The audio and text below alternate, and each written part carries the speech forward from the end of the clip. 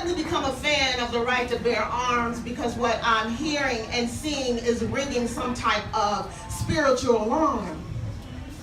I've suddenly become a fan of the right to bear arms because what I'm hearing and seeing is ringing some type of historical alarm. Black men are dying and the murder is barely getting tried.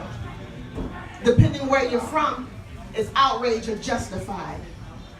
Honestly, the police brutality does not surprise me. The issue is that it was televised and the murderer still went free. How many more are going to have to settle that score before we break out into a domestic race war, Mr. President? This can go on no more.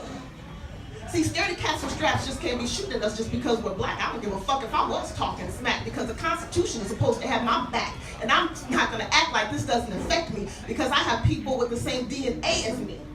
And all I can do is pray and tell them to stay off the streets and find a God-given purpose and go get that gun permit.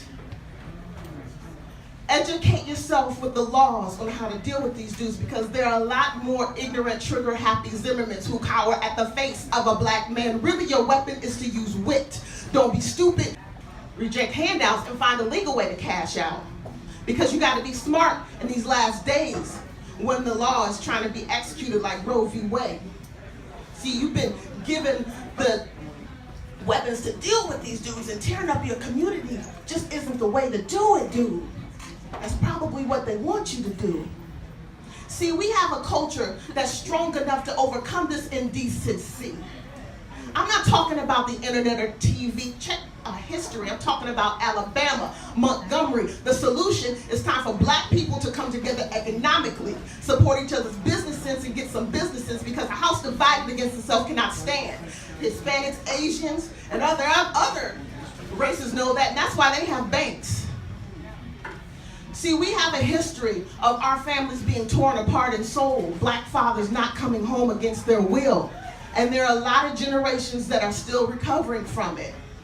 But after all these years, we're just expected to get over it.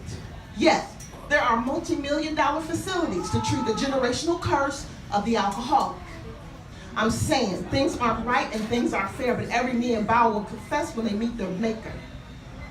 And you won't be able to blame anyone because you have to account for you. It's like that in a court of law, so be cautious on whatever you're about to do.